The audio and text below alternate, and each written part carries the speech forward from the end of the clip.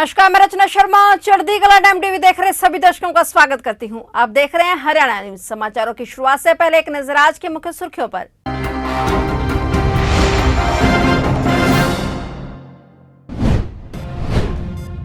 CM Manohar Lal ने आज 9.25 एकड़ में तैयार ड्राइविंग प्रशिक्षण अनुसंधान संस्थान का किया उद्घाटन। करीब 34 करोड़ रुपए की लागत से बना ये ड्राइविंग प्रशिक्षण अनुसंधान संस्थान। सीएम मनोहर लाल ने दी 109 करोड़ के विकास कार्यों की सौगात। सीएम ने 21 परियोजनाओं का किया उद्घाटन व शिलान्यास। हर घर तिरंगा अभियान के तहत राष्ट्रीय ध्वज वितरण कार्यक्रम की शुरुआत। झंडा दिखाकर तिरंगा यात्रा को किया गया रवाना।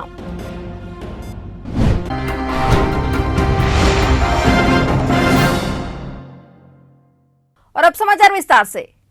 हरियाणा के सीएम मनोहर लाल आज करनाल पहुंचे। उन्होंने 9.25 एकड़ में तैयार ड्राइविंग प्रशिक्षण अनुसंधान संस्थान का उद्घाटन किया। करीब 34 करोड़ रुपए की लागत से ये ड्राइविंग प्रशिक्षण अनुसंधान संस्थान बना है।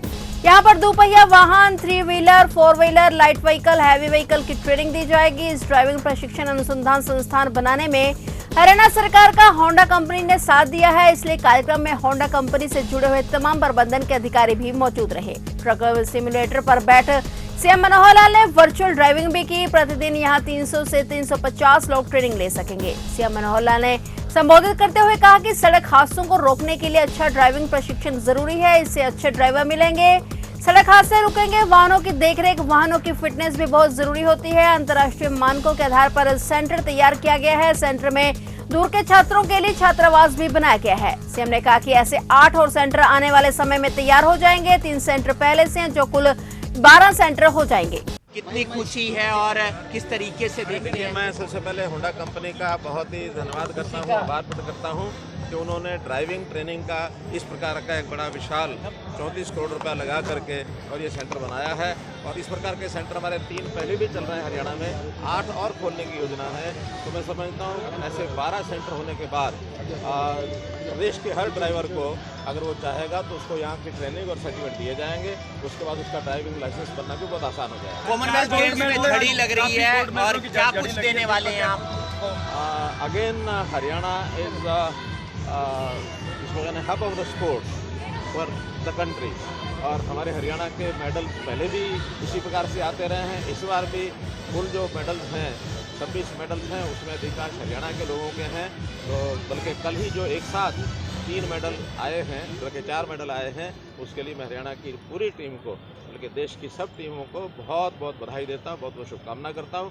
और आज अभी तो कॉमनवेल्थ गेम चल रहे हैं, आशा करता हूँ कि और भी जो मेडल हैं वो लेकर के हरियाणा देश को एक अच्छे सर, कांग्रेस ने महंगाई को लेकर कल प्रदर्शन किया, बेरोजगारी बढ़ रही है, उसको लेकर आपकी ज्यादातर काले कपड़े भूल गए हैं, वो भूल गए हैं कि जो लुटाई जो उन्होंने की हुई है इस प्रदेश में और इस देश में भी, जब उनके समय महंगाई किस कदर और आसमान छूती थी, उन दिनों को भूल गए हैं और उनको आज के दिन याद आ रहे हैं। आज महंगाई ज़्यादा नहीं है, लगातार पिछले 4 महीने से महंगाई घट रही है। जो 7.75% थी वो इस महीने, पिछले महीने की 7.19% है। लगभग 0.7% जो है महंगाई घटी है, लगातार घट रही है। ये हमारे केंद्र सरकार का, नरेंद्र मोदी जी की अच्छी योजनाओं का एक परिणाम है, क्योंकि वो हर प्रकार की चीज़ों में, जिसमें इंटरनेशनल लेवल पर भी चीज़ें महंगाई की होती हैं, उसके अंदर पर्याप्त सब्सिडी और पर्याप्त उसके अंदर साधन अपने लगाते हैं, ताकि देश की जनता पर ये वजन ज्यादा ना। सीएम मनोहर लाल ने 109 करोड़ के विकास कार्यों की सौगात दी है। सीएम मनोहर लाल ने 21 परियोजनाओं का उद्घाटन व शिलान्यास किया है। मुख्यमंत्री ने स्मार्ट सिटी मिशन के तहत पश्चिमी यमुना नहर के 7 करोड़ 28 लाख के विकास कार्यों का उद्घाटन किया। वहीं नहर किनारे cycle track, outdoor gym, walking की सुविधा भी की गई है। इसके अलावा सीएम मनोहर लाल ने राजकीय महाविद्यालय सेक्टर 14 के बहुउद्देशीय हॉल का उद्घाटन किया। बहलोलपुर गांव के गुरु पराशर तीर्थ में विभिन्न विकास कार्यों का उद्घाटन भी आज की परियोजना में शामिल रहा। वहीं बस्ती के महर्षि वेद व्यास तीर्थ के नवीनीकरण कार्यों का उद्घाटन, त्रावड़ी बस अड्डे का भी सीएम ने उद्घाटन किया। गरोंडा फुरलक रोड को 4 मार्गी, चौड़ा व सुदृढ़ बनाया गया। और इसके अलावा मुख्यमंत्री ने बिजली विभाग की 5 परियोजनाओं का भी उद्घाटन किया।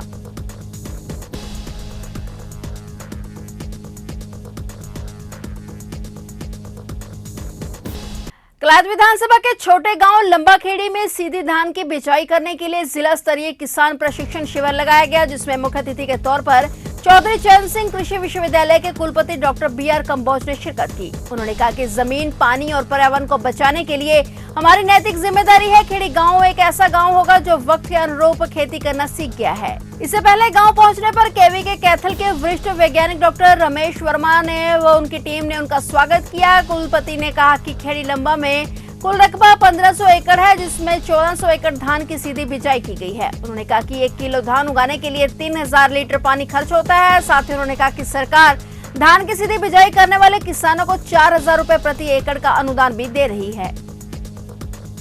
सुरक्षित रहेंगी, उसी दिशा के अंदर इस बार हरियाणा सरकार, जो हमारा जल बोर्ड है, कृषि विश्वविद्यालय, कृषि विभाग, सभी ने मिलकर धान की सीधी बिजाई की तरफ ध्यान दिया है और पूरे हरियाणा क्षेत्र में 20,000 एकड़ भूमि में धान को कद्दू लगाने के बजाय धान की सीधी बिजाई की तरफ प्रोत्साहन दिया गया। सरकार के द्वारा हर किसान को जो इस विधि को अपनाएगा 4,000 रुपये का अनुदान भी दिया जा रहा है। यदि जो भी किसान भाई बच गए हैं वो किसान पोर्टल पे अपना रजिस्ट्रेशन जरूर करा लें।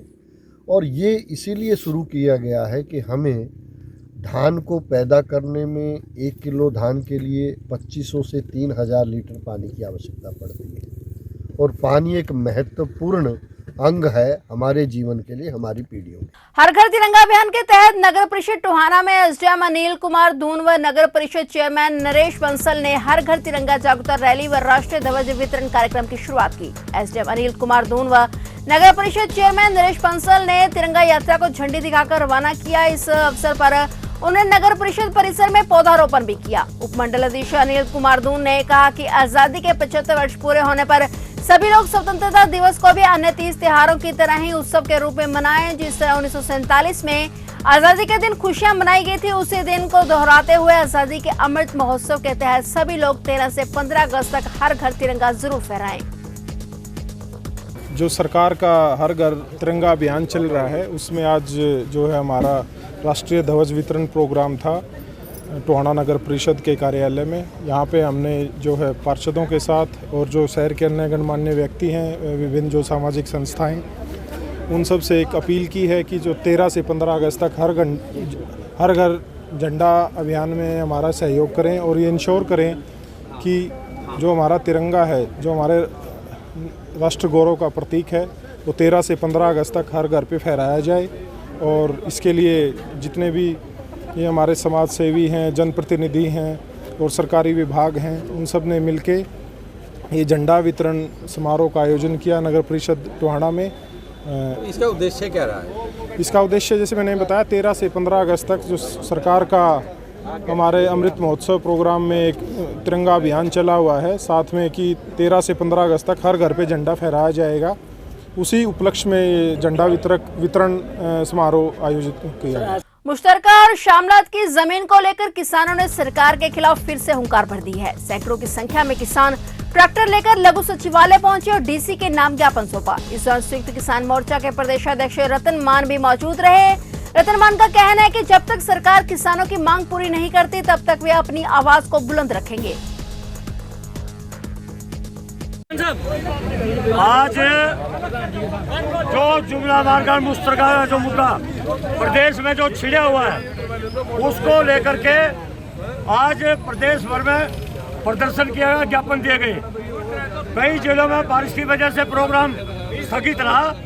यमुनानगर जिले में आज भारी संख्या में ट्रैक्टरों में किसान आए और आज यहाँ जिला उपायुक्त यमुनानगर को मुख्यमंत्री के नाम ज्ञापन सौंपा गया। हम साफ तौर पे चेतावनी दी है कि अगर इस तरह की जमीन को छेड़ने के प्रयास किए गए तो भारतीय किसान यूनियन चुप नहीं बैठेगी, कब्जा नहीं होने देंगे इस जमीन पर और इसके लिए पूरा संघर्ष किया जाएगा।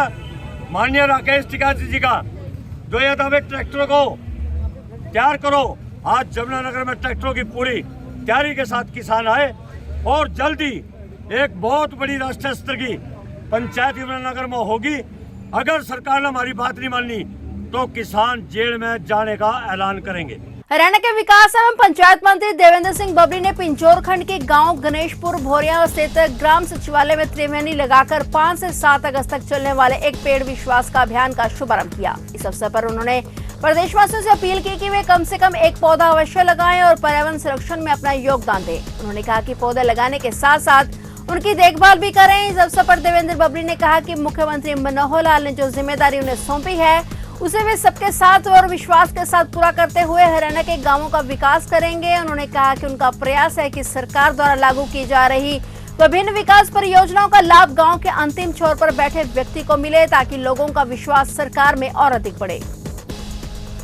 ये सावन का महीना है, हरियाली का महीना है और हम एक एक पेड़ विश्वास का जो लगाएं, ये अपील पूरे हरियाणा प्रदेश में हमारी जितने पंचायत डिपार्टमेंट की तरफ से अभियान शुरू किया गया। 3 दिवसीय प्रोग्राम है कि आज जो पर्यावरण को देखते हुए अवेयरनेस की जरूरत है और जो आज हालात हैं पिछले कोविड के दौरान आपने देखे हैं, आज दिन की कमी से हम जितना प्रभावित हुए, जितना हम नेचुरल सोर्सेज को संभाल कर रखेंगे, बना कर रखेंगे, इसकी अपील आज मैंने पूरे हरियाणा प्रदेश के हमारे सभी हरियाणावासियों से की है। लोक निर्माण विभाग के कर्मचारी सोमदयाल द्वारा मंत्री देवेंद्र बबली के बारे में आपत्तिजनक टिप्पणी करने का वीडियो सोशल मीडिया पर वायरल होने के बाद कर्मचारी पर विभाग ने कार्रवाई कर दी है, जिसके चलते उसका तबादला दाखिल कर दिया गया है। यह जानकारी लोक निर्माण विभाग के एसडीओ विजय शर्मा ने दी है। आपको बता दें कि इस मामले पर संज्ञान लेते हुए मंत्री देवेंद्र बबली ने कहा था कि वीडियो का संज्ञान लिया जाएगा, जिस पर उचित एक्शन भी लिया जाएगा। कर्मचारी के द्वारा बयान दिया गया था, उसकी ट्रांसफ़र कर दी गई है जी जाखल के अंदर, तो ताकि भविष्य में कोई ऐसी बात ना हो। क्या नाम था सर कर्मचारी का, क्या पोस्ट कर रहे? सोमदयाल था जी, ड्राइवर आया वैसे तो। क्या आपने उससे नहीं थी, वो पैच लगा रहे थे, पैच लगाने में बस कोई जैसे उकसावे की बात हो जाती है, आगे से किसी ने कह दिया, उसने उसके जवाब में उसने पलट के जवाब दे दिया, तो इतनी बात थी, कोई लंबी चौड़ी बात भी नहीं थी।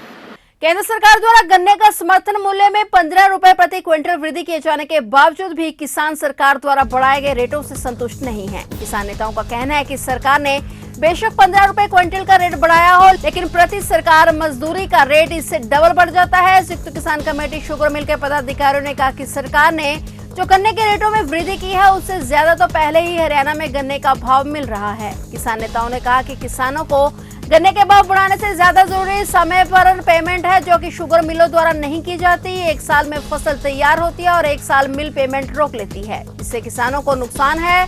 गन्ने की फसल की बिजाई पर 70,000 रुपए खर्च आता है और 2 सालों में किसान केवल ब्याज में ही दबकर रह जाता है। सरकार ने जो 15 रुपये गन्ने के दाम में वृद्धि करी, ये ना जो कई जगह रेट कम है, 300 कुछ के आसपास का, हमारा पहले ही 362 का रेट है जो हमारी स्टेट गवर्नमेंट ने दिया हुआ है। ये नहीं पता भी ये रेट हमको मिलेगा या नहीं मिलेगा, इसके बारे हम कुछ कह नहीं सकते हैं। और हमारा गन्ने के रेट की तो बात की बात है, क्योंकि हमारा जो पैसा है शुगर मिल का, हमारा तो वही नहीं मिलता है। अगर गन्ने का रेट क्या करेगा, गन्ने का रेट तो हमको जब बेनिफिट मिलेगा जब हमको सरकार हमारा जो पैसा है शुगर मिल में रुका हुआ, ये 2 साल 1 साल में तो गन्ने की फसल तैयार होती है, दूसरे साल गन्ने का पैसा रुक जाता है, 2 साल बाद हमको फसल काटने का पैसा मिलता है। तो इसलिए हम तो उसका बहुत ज़्यादा नुकसान है। उसका तो हमको ब्याज ही बहुत 15 रुपये का तो हमको क्या बेनिफिट मिला, उसका हमने इतना नुकसान है कि हमारा जो हमारे पर ब्याज, हम आड़ती से पैसा लेकर खर्च कर दिए तो हमारे पर कितना ब्याज पड़ेगा। हमारा एक गन्ने की फसल पर 70,000 रुपये किले पर खर्च आता है, तो उसका ब्याज इंटरेस्ट लगा देखो 2 साल में कहाँ पहुँच जाएगा। हमको तो कुछ मिलता ही नहीं है गन्ना, अगर हमारा पैसा रुकता है मिल में, तो उसका हम बेनिफिट तो बाद में, नुकसान है हमको। हमारा पैसा टाइम पर जिम्मेदार को मिलना चाहिए। फरीदाबाद के सिविल अस्पताल में अपनी मांगों को लेकर नेशनल हेल्थ मिशन के 700 कर्मी पिछले 2 दिनों से हड़ताल पर डटे हुए हैं, जो अपनी लंबित मांगों को लेकर धरना प्रदर्शन कर रहे हैं। सरकारी मिशन में अपनी सेवाएं दे रहे फरीदाबाद के 700 कर्मचारियों पर अपनी ड्यूटी पर तलवार लटकने का खतरा सता रहा है। ऐसे में सरकारी सेवाओं से जुड़े हुए स्वास्थ्य कर्मियों ने सरकार से इनको पक्का करने और जॉब सिक्योर करने की मांग की है। इतना ही नहीं, उनकी मांग है कि जो पिछले दिनों नेशनल हेल्थ मिशन से जुड़े हुए लोगों को निकाला गया है उनको फिर से बहाल किया जाए, साथ ही 7वां वेतन आयोग भी लागू किया जाए।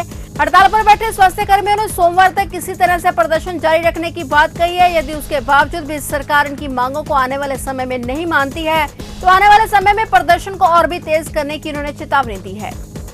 हमारे डिस्ट्रिक्ट की मैन मॉनिटरिंग वगैरह करते हैं नूह मेवात के, उनको रेस्टिकेट कर दिया गया है। और जो डैम थे जो हमारी सैलरी बेसिस बनाते हैं उनको निकाल दिया गया है। तो फिर हम तो उनके आगे कुछ भी नहीं है। जब उनको निकाल दिया तो हम तो एक बहुत छोटे लेवल पर वैक्सीनेशन करते हैं, प्रेग्नेंटों की केयर करते हैं। जब हमारे को जो सैलरी देते हैं, जो हमारे ऊपर रिपोर्ट देते हैं, उन्हीं को निकाल दिया तो फिर हमारा तो काम करना तो बनता ही नहीं है। इसलिए डर लगता है 11 साल हो गए हैं, उसके बाद भी अगर उनको निकाल दिया है तो हमको भी कभी भी निकाला जा सकता है। गोवंश की समस्या का समाधान न होने पर अंबाला के नगर निगम में गौशाला के सदस्य ज्ञापन देने पहुंचे। गायों के सड़क पर घूमने से होने वाली दुर्घटनाएं और गोवंश के एक्सीडेंट होते रहते हैं, जिनको बचाने के लिए गौशाला के सदस्य एकत्रित हुए। उनकी देखभाल के लिए उन्होंने कहा कि गोवंश की सेवा के लिए 1.5 लाख रुपए महीना दिया जाए ताकि इनकी देखभाल हो सके। उन्होंने बताया कि समस्या को लेकर हमने पहले भी ज्ञापन दिया था, लेकिन कार्रवाई थोड़े समय तक ही होती है, उसके बाद फिर पहले जैसा ही हाल हो जाता है। लगातार गायों के एक्सीडेंट हो रहे हैं और गौशाला में जगह नहीं है, तो प्रशासन द्वारा हमारी सहायता की जाए, हम उनकी देखरेख और रखरखाव की व्यवस्था करेंगे।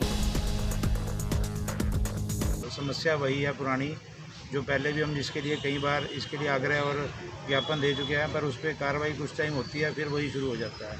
अब आप पिछले दिनों भी देखा होगा, अभी रूटीन में ही एक्सीडेंट हो रहे हैं। एक्सीडेंट ऐसा है कि देखो पशु है, उसने तो बैठना कहीं ना कहीं विचरण करना है, उसको जगह नहीं मिलेगी, उसने बैठ जाना। तो ये तो प्रशासन की कार्रवाई है कि वो उसको समुचित जगह उपलब्ध कराए या गौशाला में भेजे। जैसे कि निगम ने पहले भी पैसे पास किए थे, तो गौशाला को अनुदान भी मिलता था, या तो गौशाला वाला रखे, या फिर वो नहीं कर सकते तो हमारी प्रशासन से आग्रह है कि आप हमारे को कोई जगह दे, हम रख रखाव के लिए उसकी व्यवस्था करेंगे। हम समाज सेवी संस्थाएं आपस में प्रभु की कृपा से उसको जोड़ के अपना उनका रख रखाव करेंगे। फिलहाल हरियाणा के समाचारों में इतना ही, और नए समाचारों के साथ फिर से हाजिर होंगे। तब तक के लिए देखते रहिए चढ़ती कला टाइम टीवी।